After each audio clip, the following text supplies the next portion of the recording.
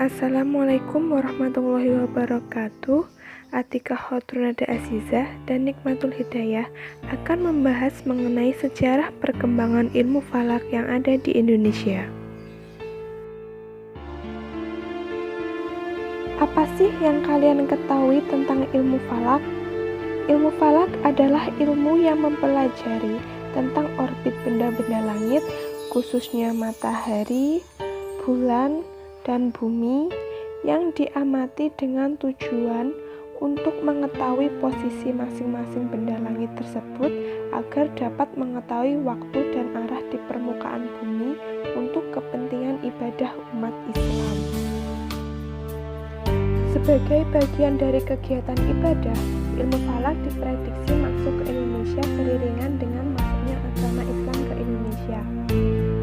Bagaimana sih sejarah ilmu falak di Indonesia dari zaman ke zaman? Pembahasan utama dalam kajian ilmu falak adalah penentuan awal sholat, arah kiblat, awal bulan komariah, takwim, dan gerhana.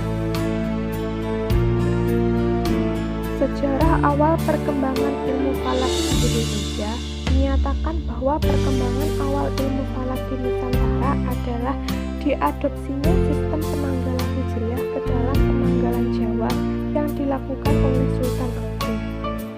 Pada tahun 1625 Masehi, Sultan Agung yang berusaha keras menyebarkan agama Islam di Pulau Jawa dalam kerangka negara Mataram mengeluarkan dekret untuk mengubah penanggalan Saka. Awal mulanya terdapat dua sistem penanggalan yang digunakan oleh Keraton Yogyakarta, kalender Masehi dan kalender Jawa. Kalender Masehi digunakan agar urusan administrasi keraton dapat selaras dengan kegiatan sehari-hari masyarakat umum. Sedangkan kalender Jawa digunakan sebagai patokan bagi upacara-upacara adat yang diselenggarakan oleh keraton. Kalender Jawa juga disebut sebagai kalender Sultan Agungan karena diciptakan pada pemerintahan Sultan Agung yang memerintah pada tahun 1613 sampai 1645. Sultan Agung adalah raja ketiga dari kerajaan Mataram Islam pada masa itu. Masyarakat Jawa menggunakan kalender Saka yang berasal dari India. Kalender Saka didasarkan pergerakan matahari atau disebut solar, berbeda dengan kalender Hijriah atau kalender Islam yang didasarkan pada pergerakan bulan atau disebut lunar. Oleh karena itu, perayaan-perayaan adat yang diselenggarakan oleh keraton tidak selaras dengan perayaan-perayaan hari besar Islam. Sultan Agung menghendaki agar perayaan-perayaan tersebut dapat bersamaan waktu. Untuk itulah diciptakan sebuah sistem penanggalan baru yang merupakan perpaduan antara kalender Saka dan kalender Hijriah. Sistem penanggalan inilah yang kemudian dikenal sebagai kalender Jawa atau kalender Sultan Agungan. Kalender ini meneruskan tahun Saka namun melepaskan sistem perhitungan yang lama dan menggantikannya dengan perhitungan berdasarkan pergerakan bulan.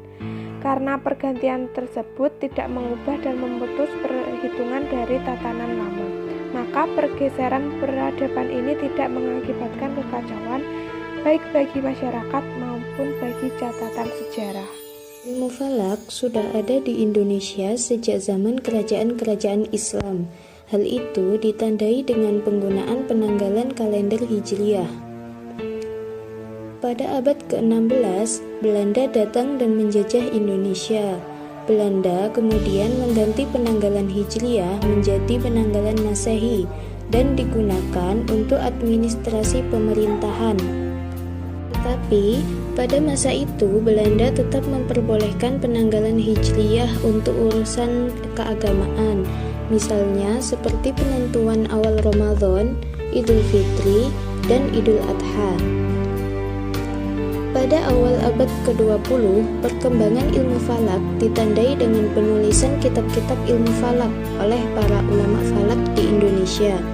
Ulama tersebut diantaranya yaitu yang pertama Ahmad Dahlan As-Simarani dengan bukunya yaitu Tazkirah Al-Ikhwan fi Ba'di Tawarikhi Amal Al-Falakiyah di Semarang. Kemudian Habib Usman ibnu Abdillah ibnu Akil ibnu Yahya dengan buku Iqazu An-Niyam Fima Yata'allaq bi Ahillah wa Asyam, dan juga Thohir Jalaluddin dengan karyanya Patikiraan pada Menentukan Waktu yang 5. Beliau adalah guru dari Sa'aduddin Jambe. Perkembangan ilmu falak di Indonesia seperti penentuan waktu sholat, arah kiblat, awal bulan Ramadan, dan gerhana tidak lepas dari peran Sa'aduddin Jambe. Beliau adalah seorang guru serta ahli hisab dan ru'yah di Indonesia.